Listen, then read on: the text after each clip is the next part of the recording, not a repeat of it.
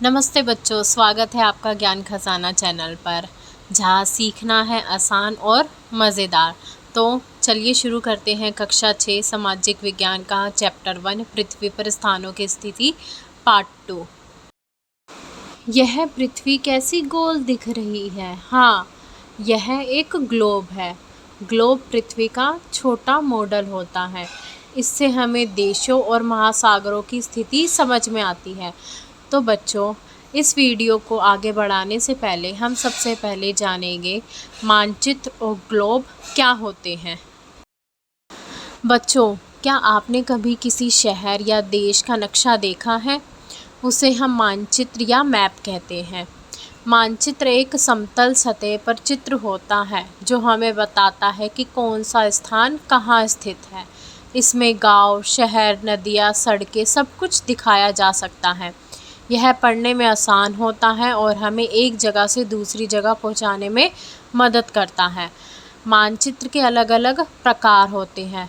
इनके बारे में हम पिछली वीडियो में पढ़ चुके हैं। अगर आपने वह वीडियो नहीं देखी तो अपनी स्क्रीन पर राइट हैंड साइड पर आई बटन पे क्लिक करिए।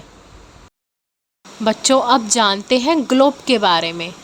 ज़रा सोचिए, अगर पूरी पृथ्वी को एक गोल गेंद की तरह दिखाया जाए तो वह क्या होगा? जी हाँ, उसे कहते हैं ग्लोब। ग्लोब पृथ्वी का गोल मॉडल होता है जिसमें देश, महासागर और महाद्वीप अपनी असली स्थिति यानी कि अपनी असली जगह पर दिखाए जाते हैं।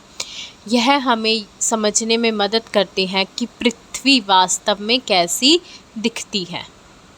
ग्लोब और मानचित्र दोनों पृथ्वी को समझने में काम आते हैं, लेकिन इनमें कई अंतर होते हैं। तो आइए पढ़ते हैं कि ग्लोब और मानचित्र में क्या अंतर होता है।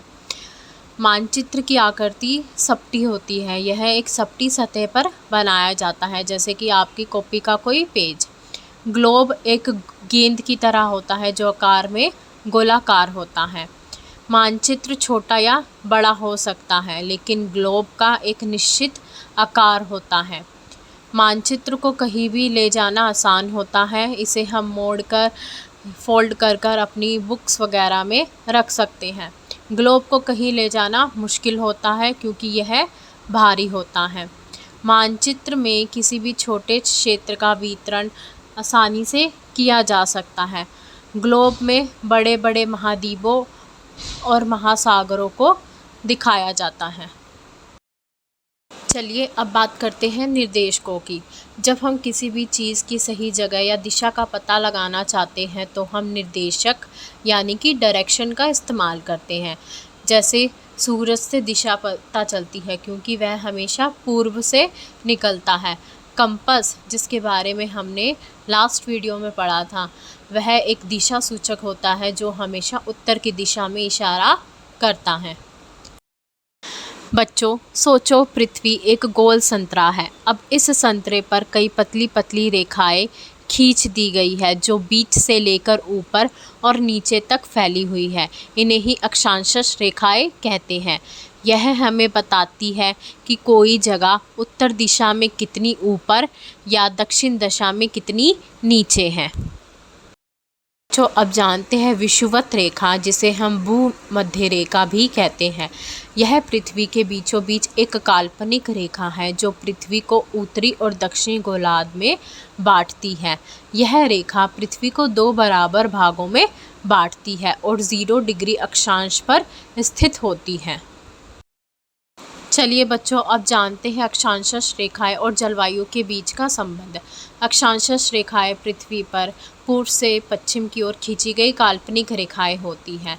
यदि आप किसी ऐसी जगह पर हो जो कि भूमध्य रेखा के पास है तो उस जगह पर अधिक गर्मी होगी। जैसे जैसे आप उत्तरी या दक्षिणी ध्रुव की ओर बढ़ते जाएंगे, सूरज की किरणें तिरछी पड़ने लगेगी और तापमान और गर्मी कम होती जाएगी। यही कारण है कि अलग अलग अक्षांश रेखाओं पर अलग अलग जलवायु और मौसम पाए जाते हैं। जैसे हमारे भारत देश में गर्मी, यूरोप में ठंड और अफ्रीका में अत्यधिक गर्मी, क्योंकि अफ्रीका जो है वो भूमध्य रेखा के काफ़ी पास पड़ता है। अब आते हैं दिशांतर रेखाओं पर। यह रेखाएं पृथ्वी को उत्तर से दक्षिण तक सीधी काटती है। इनमें सबसे मुख्य है प्रधान दिशांतर रेखा, जिसको हम प्राइम मेरिडियन रेखा भी बोलते हैं। यह रेखा ग्रीनविच लंदन से होकर जाती है और इसे हम 0 डिग्री मानते हैं। इस रेखा के दाईं ओर होती है पूर्वी दिशांतर रेखाएं और बाईं ओर पश्चिमी दिशांतर रेखाएं। इन रेखाओं की मदद से हम किसी जगह का समय और सही स्थान जान सकते हैं। है ना कमाल की चीज़। इसके बारे में हम और जानेंगे हमारी अगली वीडियो में। तो चलिए बच्चों, अब आते हैं हमारी इस वीडियो के आखिरी टॉपिक पर, जो है ग्रिड रेखाएं। जब अक्षांश और दिशांतर रेखाएं एक दूसरे को काटती है तो एक जाल सा बन जाता है, जिसको हम ग्रिड रेखा कहते हैं। इन ग्रिड रेखाओं की मदद से हम किसी भी जगह का सटीक स्थान पता कर सकते हैं। यह रेखाएं मिलकर मानचित्र को और भी आसान बना देती हैं। ग्रिड सिस्टम या ग्रिड रेखाओं का यूज़ न केवल नक्शों में बल्कि जीपीएस, मोबाइल नेविगेशन और मौसम की जानकारी में भी किया जाता है। तो बच्चों, आज हमने सीखा नक्शा और ग्लोब में अंतर, निर्देशकों को समझना, अक्षांश, दिशांतर और ग्रिड रेखाओं के बारे में।